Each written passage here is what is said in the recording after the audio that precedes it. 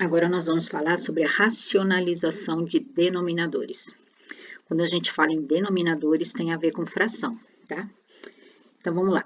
Em algumas frações, o denominador, que é o número que está debaixo, tá? É formado por um radical. Para facilitar os cálculos, nós vamos racionalizar o denominador, que significa o quê?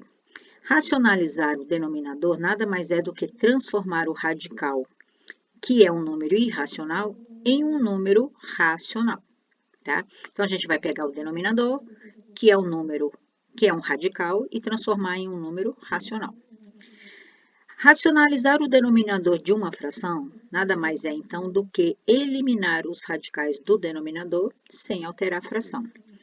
É isso aqui, olha. Então, eu tenho aqui uma fração, ó, essa fração azul.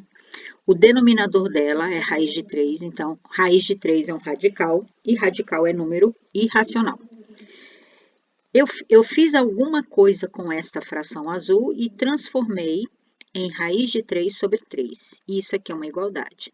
Se você quiser saber se realmente é igual, pega uma calculadora e faz a divisão, tá? Que divisão? Você pode fazer o teste aí na sua casa. Então, você vai pegar 1 e dividir pela raiz de 3. O que é raiz quadrada de 3? Se você pega a tua calculadora e coloca lá raiz quadrada de 3, você vai achar que é 1,73. E aí divide 1 por 1,73. Você vai encontrar 0,57. Do outro lado, você vai ter raiz quadrada de 3 dividido por 3. Raiz quadrada de 3 é 1,73 e você vai dividir por 3. 1,73 e você vai dividir por 3. E a resposta vai ser 0,57, tá vendo? Então, eu mostrei que realmente o que está antes da igualdade é igual ao que está depois.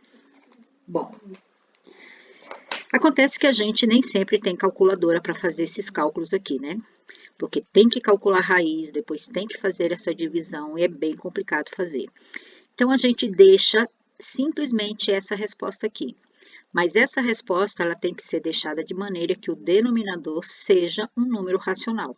Um número simplesmente, tá? Não pode ter raiz.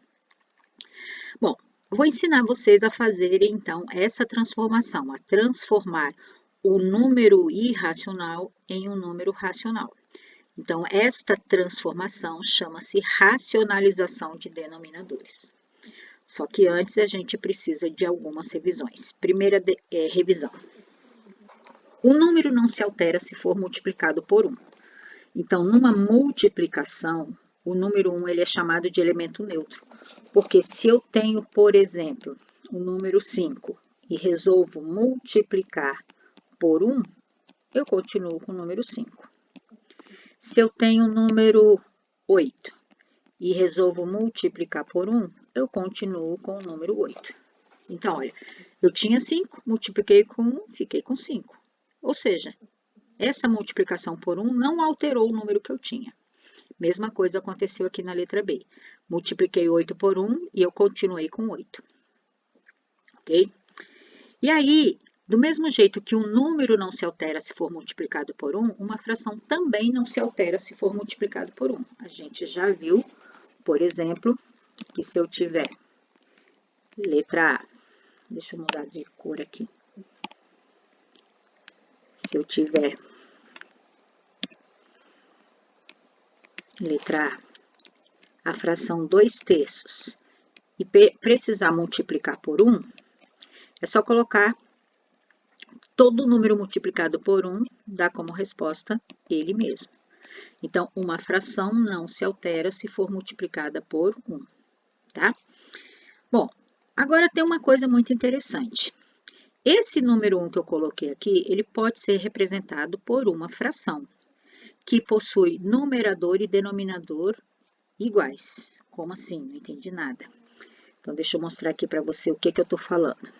Então, por exemplo, se eu tiver a fração 2/3 e resolver multiplicar por 3 sobre 3, esta fração aqui possui numerador e denominador iguais, ó. Quem é o numerador? 3. E o denominador, 3 também. Aqui, uma fração significa uma divisão, então é 3 dividido por 3. 3 dividido por 3, isso aqui é igual a 1, tá? Mas, se em vez de multiplicar por 1, eu multiplicar 2 vezes 3, que dá 6, e 3 vezes 3, que dá 9, eu encontrei uma fração equivalente. Então, esta daqui é uma fração equivalente. E ela representa a mesma parte do inteiro. Então, ela é equivalente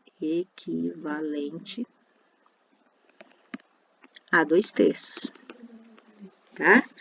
Então, multiplicar em cima e embaixo por uma fração que tem mesmo numerador e denominador é a mesma coisa que multiplicar por 1, porque aqui é a mesma coisa que 3 dividido por 3, que dá 1.